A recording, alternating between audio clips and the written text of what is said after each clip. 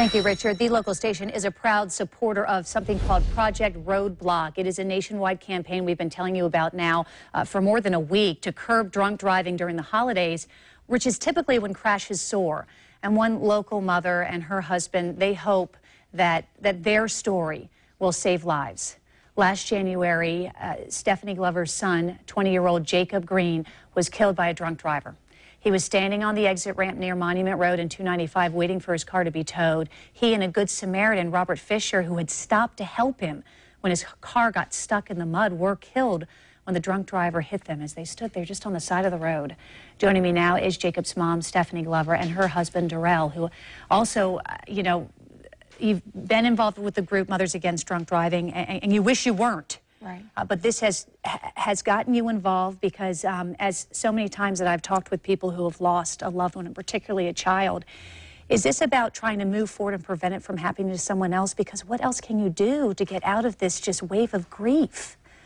Right. It definitely is something to involve yourself in, to preoccupy yourself. But you don't want another family to go through what we've gone through. And so it definitely has helped me. I've learned a lot about the organization, a lot of things I didn't know, and it's a great organization to be a part of. Unfortunately, it's a club that I wish I was not a part of. So talk to me a little, both of you, if you will, about Jacob. I know this happened also right before the two of you were getting married. Yeah, it actually happened 9 days before our wedding. Jacob was going to walk me down the aisle, and we had a mother and son dance planned. We still got married on that day because we know that's what Jacob would have wanted. But Jacob was just the life of the party. He was the funniest kid I've ever met. He was always laughing and always wanted to make you laugh, always had a smile on his face. The sweetest demeanor and very even-tempered. He just loved his friends and family. He would do anything for anyone, take the shirt off his back if you needed it. To know him was really, truly to love him. You just could not fall in love with him. I'm looking at these just beautiful pictures of clearly happier times with your son.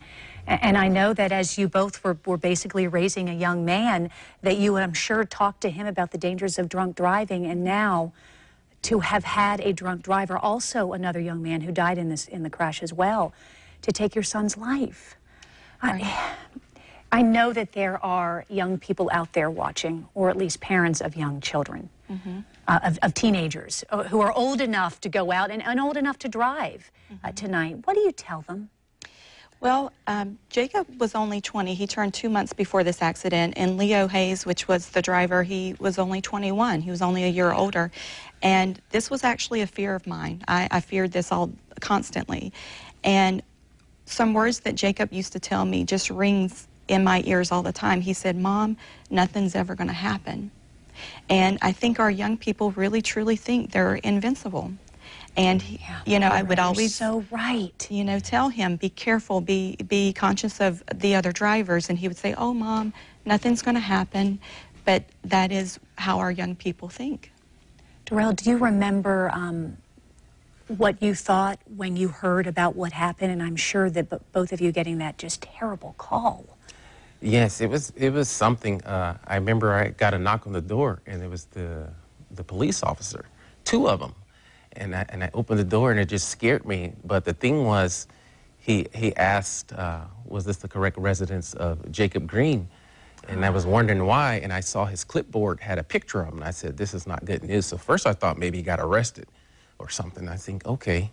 But then when he bent his head down and he took a minute, I said, this is not good. And then so he told me the whole incident, and then, Stephanie was at work at the time. She had just went to work, and I was went in the police vehicle with him to take them to her job, and we had to go to her job and give her the news, and that was something I knew I had to be there because I knew she wasn't even going to be able to drive her car back home. So it was very, very emotional and touching, for them to have two police officers and giving that kind of news. And, and he just bought that vehicle. I knew it was a decent vehicle. 2 weeks before the accident. Because I went with him to pick out the vehicle. I let him do it all on his own, did the talking, the bargaining, and all on his own, all by himself. I was just there to hold his hand and make sure everything went right. So he was real proud, and so I knew it was okay with the vehicle. But the fact that news came, I can't even in the imagine morning, having to. I am so sorry to both of you. Thank you for having the strength to come on and talk this morning. I really appreciate it.